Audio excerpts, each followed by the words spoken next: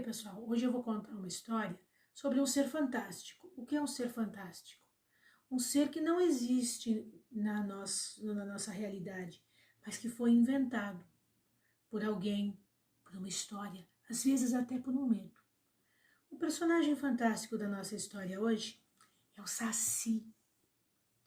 O Saci foi inventado misturando histórias de dois povos. Existe um pássaro de verdade chamado Saci, que tem umas peninhas em cima da cabeça que se mexem quando ele canta assim, Saci, Saci. E os índios falavam que esse pássaro, ele canta em uma árvore, mas o caçador se confunde e parece que ele está cantando em outra. Ele engana o caçador. Quando os negros chegaram ao Brasil e alguma coisa acontecia de errado, estragava, quebrava, e eles não viam quem tinha sido, eles diziam que era um negrinho que morava escondido no meio da mata e que aparecia só para fazer arte. Aí misturaram a história do passarinho com a peninha que levanta e que canta Saci e engana o caçador, com o negrinho que faz arte. E aí inventaram a história do Saci. Ele é um ser de imaginação, mas a gente vai usar ele hoje para falar umas coisas da natureza de verdade. Na história de hoje, escrita pelo Monteiro Lobato, aparece um Pedrinho. Olha, esse é o meu Pedrinho de hoje. Ele está morrendo de frio, mas está sem sapato. Eu não consigo achar aonde esse menino enfiou o sapato. Vai assim mesmo. E nessa história vai aparecer uma cobra. Não, esse aqui é filhote. Vai aparecer uma cobra grande mesmo. E vai aparecer uma onça pintada. Mas aconteceu um problema. Eu fui fazer a minha onça e acabou a lã preta. A minha onça está despintada. Mas eu comprei o novelo preto, eu vou fazer as pintas da coitadinha da onça, tá? E eu vou ler a história deste livro aqui. Eu vou ler um pedaço do livro O Saci, do Monteiro Lobato, com os nossos personagens aqui enfeitando. E só um pedacinho. No resto da semana eu vou enviar outros pedaços. É assim. O Pedrinho caçou um saci. E o Saci prometeu explicar coisas da floresta para ele. E eu vou ler então, tá bom? Justamente nesse instante, os dois na floresta, um formidável miado de gato feriu seus ouvidos. Um miau, mas meio miau, bem forte. É o jaguar, disse o Saci. Trepemos depressa numa árvore, porque ele vem vindo nesta direção. Na época do Monteiro Lobato, quando ele escreveu isso, eles chamavam a onça de jaguar. Pedrinho, tomado de pânico, fez gesto de subir na primeira árvore que viu à sua frente, um velho jacarandá coberto de barbas de pau. Nessa não, berrou o Saci, é muito grossa. A onça trepa atrás da gente. Temos que escolher uma de casca bem lisa e tronco bem fininho. Aquele guarantã ali está ótimo, concluiu, apontando para uma árvore bastante alta e magrinha de tronco que se via à esquerda. Subiram, e nunca em sua vida Pedrinho subiu tão depressa em uma árvore.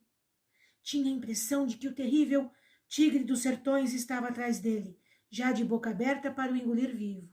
Tigre dos sertões é um apelido da onça. Mas era ilusão apenas. Filha do medo, pois a fera miou outra vez e o Saci calculou pelo som que ainda deveria estar a 100 metros dali. Pedrinho ajeitou-se como pôde numa forquilha da árvore, lá ficando quietinho ao lado do Saci. Preparou-se para ver uma fera sobre a qual vivia falando, mas sem ter a respeito ideia justa. Ia ver a famosa onça pintada, esse gatão que muito lembra a pantera das matas da Índia. O miado soou de novo, desta vez bem perto, e logo depois surgiu por entre as folhas a cabeça de uma formidável onça pintada. Era um animal de extrema beleza, quase tão grande como o tigre de Bengala. Parou, farejou o ar, depois ergueu os olhos para a árvore. Dando com o menino e o Saci lá em cima, soltou um rugido de satisfação, como quem diz: achei o meu jantar. E tentou subir a árvore. Vendo que isso lhe era impossível, sacudiu o tronco tão violentamente que por um tris, Pedrinho não veio abaixo, como se fosse uma jaca madura. Mas não caiu. Se segurou firme e a onça desanimada resolveu esperar que ele descesse. Sentou-se nas patas traseiras e ali ficou quieta, só movendo a cauda e passando de quando em quando a língua pelos beiços. Ela é capaz de permanecer nessa posição 3 dias e 3 noites, disse o Saci. Temos que inventar um meio de afugentá-la. Olhou em redor, examinando as árvores como quem está com uma ideia na cabeça. Depois saltou para a mais próxima e foi de copa em copa, em cima das árvores, até uma que estava cheia de vagens. Escolheu meia dúzia das mais secas e voltou para junto do menino. Apare nas mãos o pó que vou deixar cair destas vagens, disse ele, abrindo com os dentes uma delas. Ele abriu a vagem. Pedrinho estendeu as mãos em forma de cuia, assim, e o Saci sacudiu dentro um pó amarelado. O mesmo foi feito com as outras vagens. Bem, agora derrame este pó bem a prumo, de modo que vá cair sobre a cabeça da onça. Pedrinho colocou o sininho vertical com a fera e aí, pegando aquele pó amarelo, jogou em cima dela. Foi uma beleza aquilo. Quando o pó caiu sobre os olhos da onça, ela deu tamanho pinote que foi parar a 5 metros de distância, sumindo-se em seguida pelo mato adentro, a urrar de dor e a esfregar os olhos como se quisesse arrancá-los. Pedrinho deu uma risada. Que diabo de pó é esse, amigo Saci? Perguntou.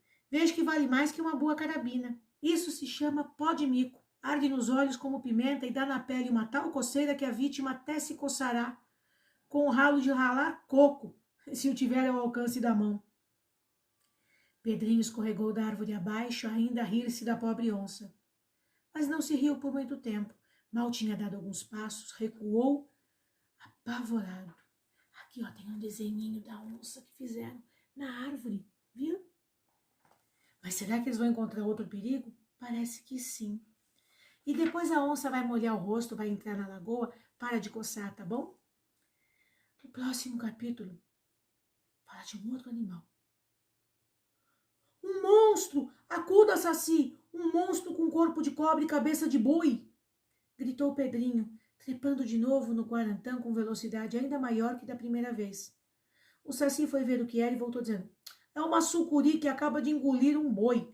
Dessa que não há perigo. Ela está dormindo e dormirá assim 2 ou 3 meses até que o boi esteja digerido. É, a cobra que tinha lá, dentro da cobra tinha uma forma de um boi, mas não era um boi de verdade grandão. Ela tinha comido um bezerro inteirinho.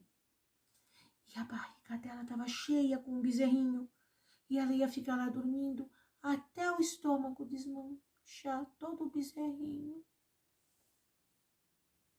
Apesar da confiança que o Saci lhe merecia, o menino foi pulando de árvore em árvore para só descer a 100 passos dali. Mas como a tentação de ver a sucuri fosse grande, foi voltando, voltando, até chegar em ponto de onde pudesse observá-la à vontade. Era das maiores que se poderiam encontrar, devendo ter pelo menos uns 30 metros de comprimento. Isso é exagero do Monteiro Lobato, tá? E a grossura da cabeça de um homem. Pedrinho não podia compreender como um boi inteiro, no caso um bezerro, tá? Pudesse caber dentro dela. Muito simples, explicou o Saci. A sucuri enlaça o boi, quebra-lhe todos os ossos e amassa ele de tal maneira que o torna comprido. Depois cobre-lhe o corpo com uma baba e começa a engolir ele sem pressa. Vai indo, até que dá com um bicho inteiro no estômago. E leva meses assim, até que a digestão se complete. Quando está nesse estado, a sucuri não oferece perigo nenhum, porque fica inerte, caída em estado de sonolência. E não foi só essa cobra que Pedrinho conheceu naquele dia. Logo depois, percebeu um ruído seco de guizos. Assim, ó. Era uma cascavel que passava, muito aflita, como que fugindo de algum inimigo. O guizo da cascavel fica na pontinha da cauda. Que será que a está perseguindo? Perguntou o Pedrinho. Alguma mussurana, respondeu o Saci. As mussuranas são cobras sem veneno que só se alimentam de cobras venenosas. Lá vem uma, de fato. Uma mussurana de cor escura surgiu no rastro da cascavel, que foi alcançada logo adiante. Luta terrível. Pedrinho nunca imaginou um tal espetáculo. A mussurana enrolou-se na cascavel e as duas rebolaram no chão como minhocas loucas. Muito tempo estiveram assim. Finalmente a cascavel morreu sufocada e a mussurana engoliu-a inteirinha, apesar de serem ambas do mesmo tamanho. Que horror! Exclamou Pedrinho. A vida nessa floresta não tem sossego. Só agora compreendo por que os animais selvagens são tão assustados. A vida deles corre um risco permanente, de modo que só escapam os que estão com todos os sentidos sempre alerta. É o que os sábios chamam a luta pela vida. Uma criatura vive da outra, uma come a outra, mas para que uma criatura possa comer a outra é preciso que seja mais forte. Do contrário, vai comer? Isso é comida. Mais forte só? Perguntou o Pedrinho. Respondeu o Saci. Mais forte ou mais esperta. Aqui na mata todos procuram ser fortes. Os que não conseguem ser fortes tratam de ser espertos. Na maior parte dos casos, a esperteza vale mais do que a força. Os sacis, por exemplo, não somos fortes, mas ninguém nos vence na esperteza. Essa foi uma história meio estranha, falando de animais comendo os outros, mas a natureza é assim. E os seres fantásticos e os monstros que existem nas histórias foram um pouco criados para as crianças saberem que não é para ir na floresta sozinho, porque algum animal pode ser perigoso.